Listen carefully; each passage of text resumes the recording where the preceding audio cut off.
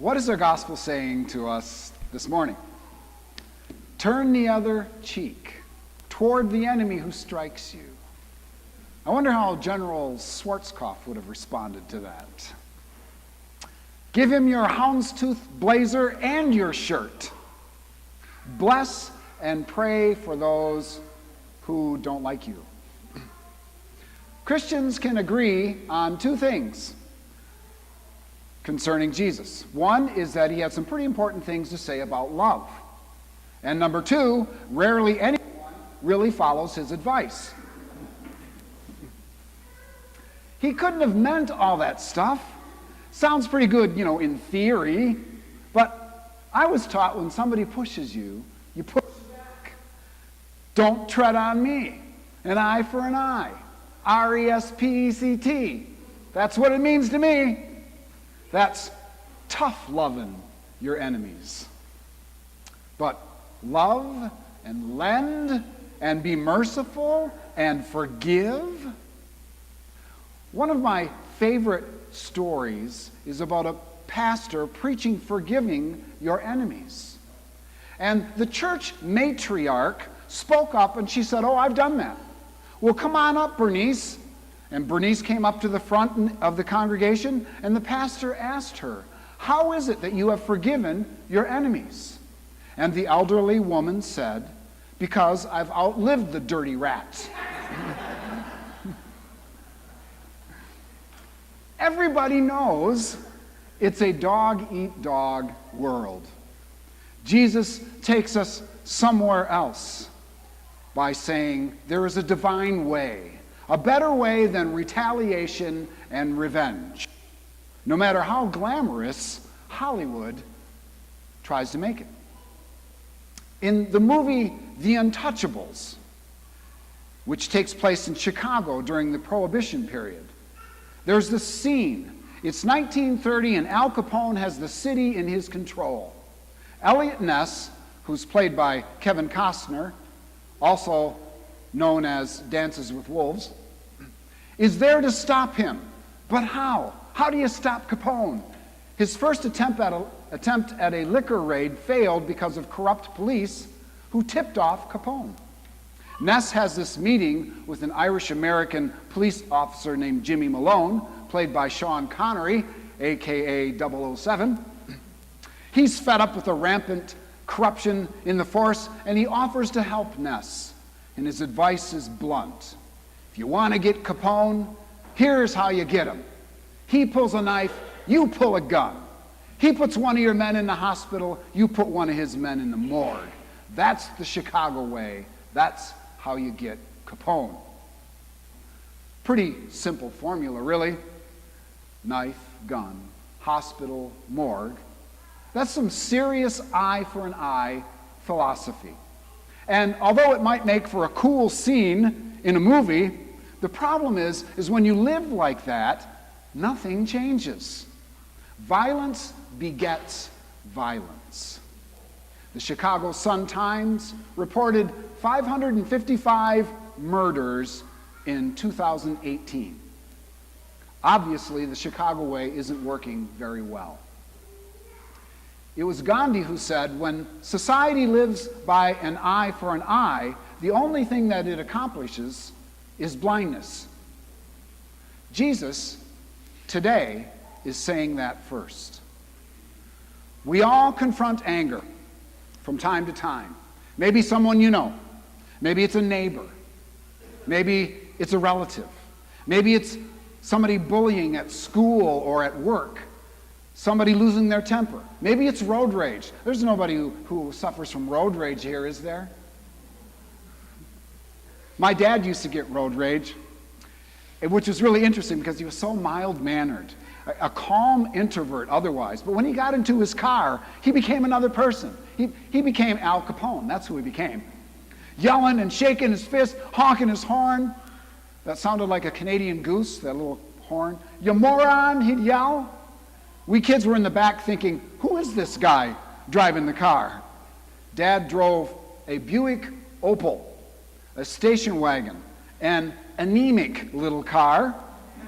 mustard yellow, had 5 speeds, about the size of your refrigerator in the basement. Its top speed was 45 miles an hour, and it took 10 minutes to get there. Somebody cut Dad off. "I'll show him," he said. "Pedal to the metal. Burn dust. Eat my rubber." I didn't think you could have road rage in an Opel. I figured that's why God created Hummers. Maybe your anger is towards someone close to you. Look at Joseph and his brothers. They bullied him. They pushed him into a well and left him for dead. Then they sold him into slavery. They faked his death to his dad. They divided up his baseball collection, his baseball card collection. Now that's pretty low. And when they met him years later, when Joseph had a high position in the government, the brothers, they groveled at his feet. They're just waiting for the hammer, waiting for the eye for an eye retaliation.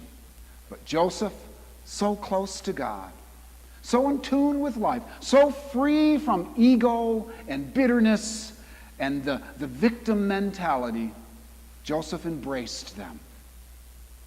Maybe your anger is toward a spouse, thinking of that time when you were neglected, or maybe that time that he or she really messed up, the time that they were late. And you're not alone, because we've all had relationship struggles here. How do I do this? What direction are we really going in? I mean, if you need some support, we've got lots of experience here. You've got to face each other and talk to each other and listen and forgive and repeat as often as necessary. As long as it's not abusive, you stick with it. Then invest anew in this holy relationship. God first put this person and you together. And now you and this person should put God first. That's how it works. Maybe you're angry at life. You've struggled. You're discouraged. You've loved and lost. Maybe you're battered and beaten up. God's not on the side of violence. God is not on the side of cancer or depression or addiction or the accident or the illness that claimed their lives. God doesn't take our loved ones. God receives them. Life happens, but God is with us. Where does it say in the Bible, for example, that Christians are exempt from the tragedies of life? It doesn't. And we need not look any further than Jesus himself to figure that out. I know I had to forgive life. I had to cup life into my hands and say, "I forgive you for what you did to me, for what you took from me." And the only way that any of us can do that and find peace is by keeping St. Paul's writing close to our hearts, where he talks about today that this earthly life is not all there is, that God gives life and we are raised imperishable, in glory, in power, immortal, infinitely spiritual, in the very image of the risen Christ himself. Do you believe that? Jesus once asked Martha. Love your enemies. Bless those who curse you. If anyone strikes you on the cheek, offer the other cheek. There are 2 obvious choices to violence: fight or flight. You can fight eye for an eye, and then we're back to the Chicago way, or you can flight. You can run away. Well, today Jesus teaches us a third choice, a third option. It's the strategy of engagement, which seeks to transform the aggressor from within. It's what Martin Luther King Jr. did. Instead of fight or flight, when we mirror back the bad behavior of another, we shame them into responding differently. Well, let me end with one more scene. It's a scene from another movie called Gandhi. It was an Oscar winner, where a young Gandhi is walking down the sidewalk with an Anglican priest. And they see these 3 thugs up ahead. And as they're walking down, and they're blocking the way of the sidewalk. And they hear them making some racial slurs and laughing. The priest says to Gandhi, "Perhaps we should take another way." But Gandhi interrupts him. "Doesn't the New Testament say if your enemy strikes you on the right cheek to offer him the left?"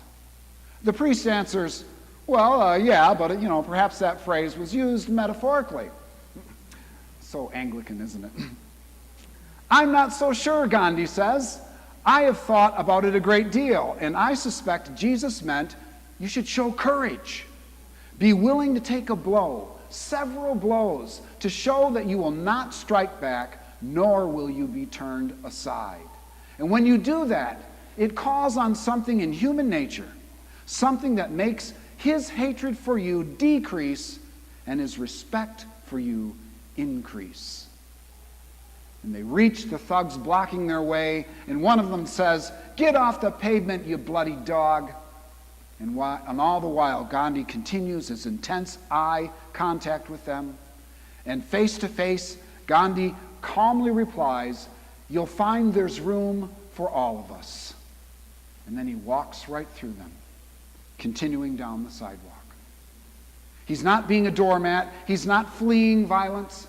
He's actively, courageously engaging aggression in the hopes of turning it into something new. And isn't that what Jesus did? I mean, with everything. That's what he did. The reason Jesus talked this way in our gospel is because when we try to follow his teachings, it makes us more like God. It's what Jesus would do, to coin a phrase. And even though people can be annoying and cruel and mean and insensitive and ignorant, and sometimes I just want to cut them in two with my Darth Vader lightsaber, I will pray for them. I will love them because God loves them and because Jesus chose to die rather than hate them. Amen.